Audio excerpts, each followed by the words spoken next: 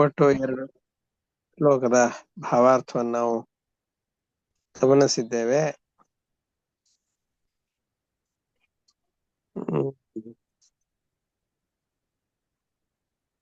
ಈಗ 3ನೇ ಶ್ಲೋಕದ ಭಾವಾರ್ಥವನ್ನ ಗಮನಿಸೋಣ.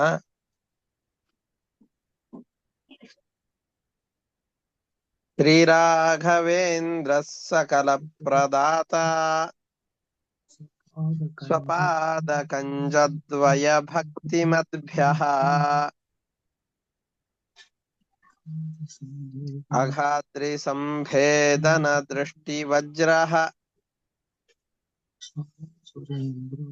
ಕ್ಷಮಾ ಸುರೇಂದ್ರೋವತು ಮಾಂ ಸದಾಯಂ.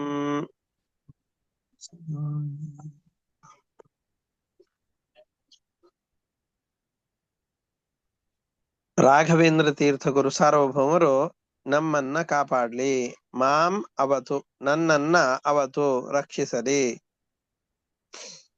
ಸದಾ ಅಯಂ ಮಾಂ ಅವತು ಯಾವಾಗಲೂ ಇವರು ನನ್ನನ್ನ ರಕ್ಷಿಸಲಿ.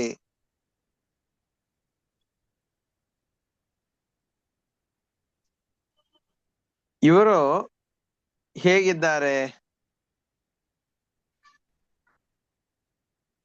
ತಮ್ಮ ಪಾದ ಕಮಲಗಳಲ್ಲಿ ಭಕ್ತಿಯನ್ನು ಮಾಡುವಂತಹ ಯಾವ ಭಕ್ತರು ಅಂತಿದ್ದಾರೋ ಅಂತಹ ಭಕ್ತರ ವಿಷಯದಲ್ಲಿ ಶ್ರೀರಾಘವೇಂದ್ರ ಸಕಲ ಪ್ರದಾತ,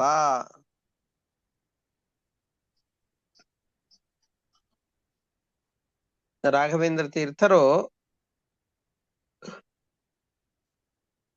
ಎಲ್ಲವನ್ನ ಕೊಟ್ಟುಬಿಡುತ್ತಾರೆ. ತಾವು ಈಗಲೂ ಮಂತ್ರಾಲಯಕ್ಕೆ, ರಾಯರ ವೃಂದಾವನಗಳಿರುವ ಸನ್ನಿಧಾನಗಳಿಗೆ ಹೋದ್ರಿ ಅಂತಂದ್ರೆ ಅದು ಗುರುವಾರದ ದಿವಸ ಈ ತರದ ದಿವಸಗಳಲ್ಲಿ ಹೋದ್ರಿ ಅಂತಂದ್ರೆ ಅಪಾರ ಸಂಖ್ಯೆಯ ಭಕ್ತರ ಸಮೂಹ ರಾಯರ ದರ್ಶನಕ್ಕೋಸ್ಕರವಾಗಿ ಕಾಯ್ತಾ ಇರುತ್ತೆ.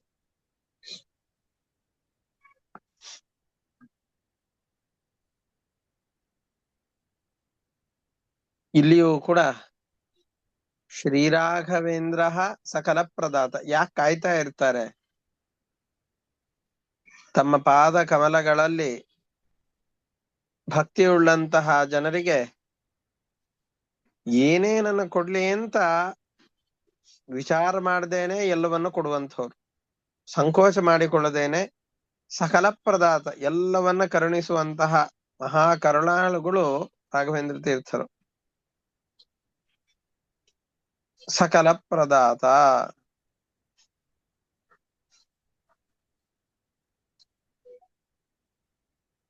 ಸ್ವಪಾದ ಕಂಜದ್ವಯ ಭಕ್ತಿ ಮದ್ಭ್ಯಃ,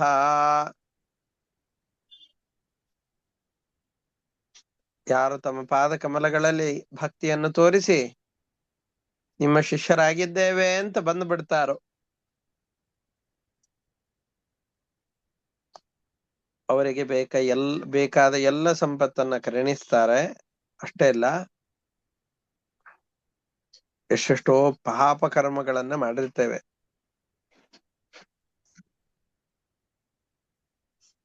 ಆ ಪಾಪಗಳ ಸಮೂಹ ಬೆಟ್ಟದ ಹಾಗಿರುತ್ತೆ. ಅಘಾದ್ರಿ ಸಂಭೇದನ, ಅಘ ಅಂತಂದ್ರೆ ಪಾಪಗಳು, ಅವುಗಳ ಅದ್ರಿ ಪರ್ವತ, ಅಘಾದ್ರಿ ಅವುಗಳ ಸಂಭೇದನ ಕತ್ತರಿಸಿ ಹಾಕೋದ್ರಲ್ಲಿ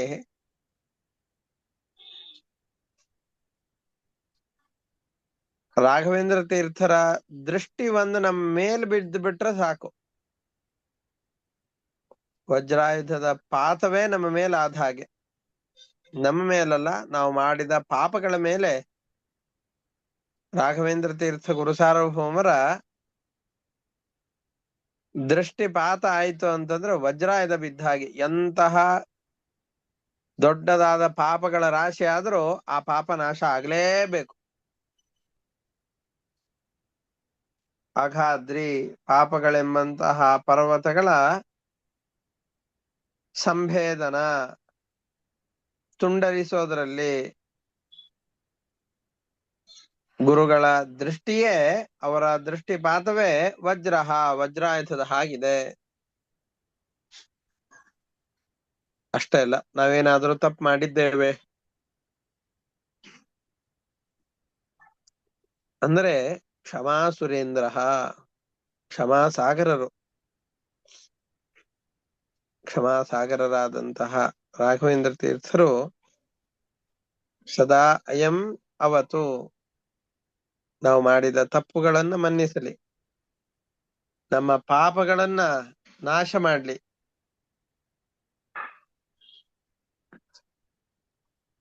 ತಮ್ಮ ದೃಷ್ಟಿಪಾತದಿಂದ ನಾವು ಮಾಡಿದ ಪಾಪಗಳೆಂಬಂತಹ ಪರ್ವತಗಳನ್ನೇನು ಸಂಪಾದನೆ ಮಾಡಿರ್ತೇವೋ ಆ ಪಾಪಗಳ ಬೆಟ್ಟಗಳನ್ನ ಪರಿಹಾರ ಮಾಡ್ಲಿ.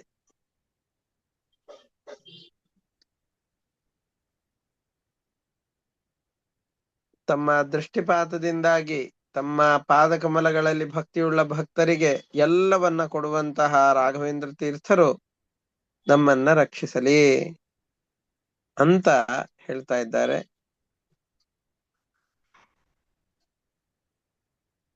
ಸಕಲ ಸ್ವಪಾದ ಕಂಜದ್ವಯ ಭಕ್ತಿ ಮಧ್ಯ ಸ್ವ, ತಮ್ಮ ಪಾದ ಕಂಜ, ಪಾದಗಳೆಂಬ ಕಮಲಗಳಲ್ಲಿ ಭಕ್ತಿ ಮಧ್ಯ, ಭಕ್ತಿಯನ್ನು ಮಾಡುವಂಥವರು ಅಂತ ಯಾರಿದ್ದಾರೋ ಅಂತಹವರಿಗೆ ಸಕಲ ಪ್ರದಾತ, ಅಪೇಕ್ಷಿತವಾದ ಎಲ್ಲ ಇಷ್ಟಾರ್ಥಗಳನ್ನ ಕೊಡುವಂತಹ ಅಘಾದ್ರಿ ಸಂಭೇದನ ದೃಷ್ಟಿ ವಜ್ರ, ಅಘ ಪಾಪಗಳೆಂಬ, ಅದ್ರಿ ಪರ್ವತಗಳ ಸಂಭೇದನ ತುಂಡಿರಿಸುವಲ್ಲಿ, ವಜ್ರ ವಜ್ರಾಯುಧದಂತೆ ಇರೋದು ಯಾವುದು ಅಂದ್ರೆ ದೃಷ್ಟಿ ವಜ್ರ, ಅವರ ದೃಷ್ಟಿಪಾತವೇ ದೊಡ್ಡ ವಜ್ರಾಯುಧದ ಹಾಗಿದೆ. ಅಂತಹ ಕ್ಷಮಾ ಸುರೇಂದ್ರ, ಕ್ಷಮಾ ಸಾಗರರಾದಂತಹ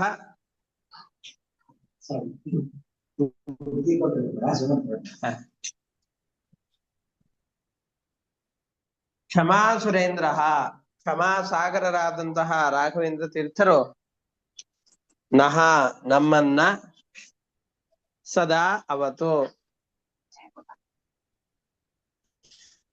ಇದು ಈ ಶ್ಲೋಕದ ಭಾವಾರ್ಥ. ಇನ್ನೊಮ್ಮೆ ಶ್ಲೋಕವನ್ನು ಓದಿ ಅದರ ಭಾವಾರ್ಥವನ್ನು ಹೇಳಿ ಪದಾರ್ಥ ನೋಡೋಣ. ಶ್ರೀರಾಘವೇಂದ್ರ ಸಕಲ ಪ್ರದಾತ ಸ್ವಪಾದ ಕಂಜದ್ವಯ ಭಕ್ತಿ ಮಧ್ಯ ಅಘಾದ್ರಿ ಸಂಭೇದನ ದೃಷ್ಟಿ ವಜ್ರ ಕ್ಷಮಾ ಸುರೇಂದ್ರೋ ವತು ಮಾಂ ಸದಾಯಂ.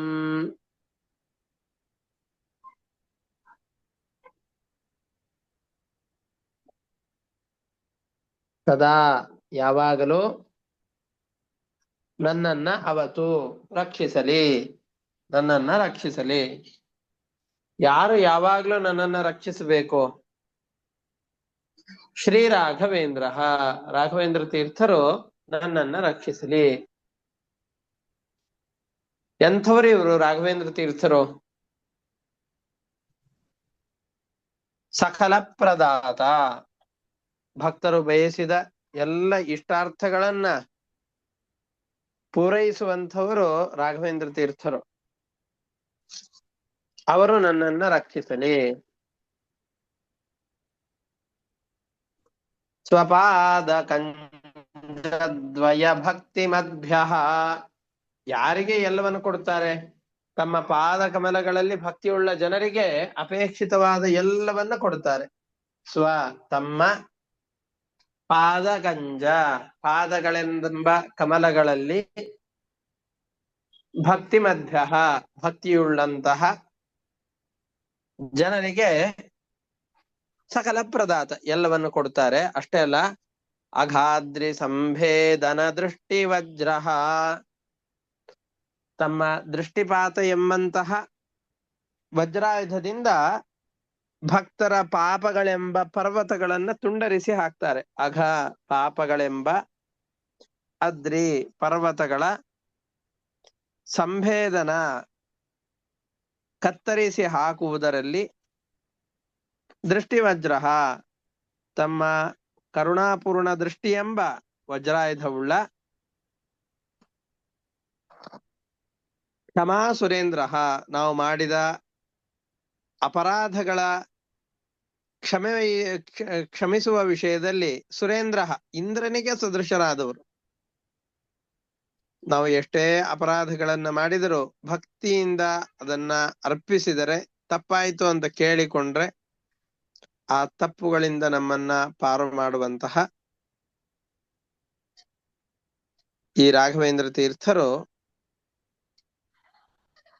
ನಮ್ಮನ್ನ ಯಾವಾಗ್ಲೂ ರಕ್ಷಿಸಲಿ. ಸದಾ ಅಯಂ ಅವತು ನಹ ಅವತು, ನಮ್ಮನ್ನ ರಕ್ಷಿಸಲಿ ಅಂತ ಇಷ್ಟು ಈ ಶ್ಲೋಕದ ಭಾವಾರ್ಥವನ್ನು ಹೇಳ್ತಾ ಇದ್ದಾರೆ. ಶ್ರೀರಾಘವೇಂದ್ರ ಸಕಲ ಪ್ರದಾತ ಸ್ವಪಾದ ಕಂಜದ್ವಯ ಭಕ್ತಿ ಮದ್ಭ್ಯ ಅಘಾದ್ರಿ ಸಂಭೇದನ ದೃಷ್ಟಿ ವಜ್ರ ಕ್ಷಮಾ ಸುರೇಂದ್ರೋವತು ಮಾಂ ಸದಾಯಂ. ಇದು ಒಟ್ಟಾರೆ ಈ ಶ್ಲೋಕದ ಭಾವಾರ್ಥ. ಇದರಲ್ಲಿ ಏನಾದ್ರೂ ಸಂಶಯಗಳಿತ್ತು ಅಂದ್ರೆ ಕೇಳಬಹುದು. ಹರೇ ನಮಃ. ಶ್ರೀಕೃಷ್ಣ ಅರ್ಪಣಮಸ್ತು. ಗುರುಜಿ ಇಲ್ಲಿ ಮಾಂ ಮತ್ತು ಅಯಂ ಎರಡು ಸಲ ಬಂದಲ್ಲಿ ಏನದ್ರ ಅರ್ಥ? ಮಾಂ ನನ್ನನ್ನ, ಅಯಂ ಈ ಶ್ರೀ ರಾಘವೇಂದ್ರ ತೀರ್ಥರು ಅವತು ರಕ್ಷಿಸಲಿ. ಈ ರಾಘವೇಂದ್ರ ಸ್ತೋತ್ರ ರಾಘವೇಂದ್ರ ತೀರ್ಥರ.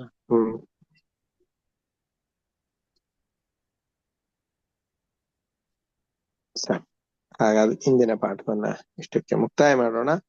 ಹರೇ ನಮಃ. ಶ್ರೀಕೃಷ್ಣ ಅರ್ಪಣಮಸ್ತು. ಎಲ್ಲರಿಗೂ